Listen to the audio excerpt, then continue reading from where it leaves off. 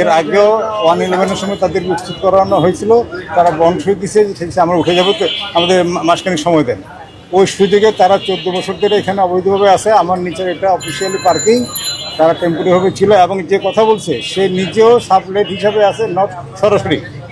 তো এখানে সে ওই পয়সা দিয়ে বিভিন্ন ম্যানেজ করে ফুটপাতে দোকানদারের মতো থেকে এবং অবৈধভাবে গ্যাসের লাইন নিয়ে এবং এখানে সই জাল করে যে লাইনটা নিয়ে আমার বিল্ডিংয়ের মূল স্ট্রাকচার তারা অলরেডি ক্ষতি করে।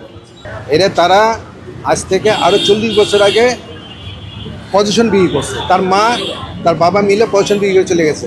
এখন তাদের ভিতর লোভ জাগছে যে এদেরকে কিভাবে সরানো যায়।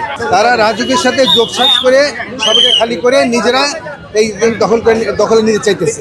তারা উচ্ছেদের মামলা করছে, সেটা দেওয়ানি আদালতে চলমান আছে, তাদের সাক্ষী চলতেছে। তারা আদালতের দিক দিয়ে আগাইতে না পারে, তারা এখন প্রশাসনিক দিক দিয়ে কীভাবে ব্যালেন্স করে তাদেরকে ম্যানেজ করে আমাদের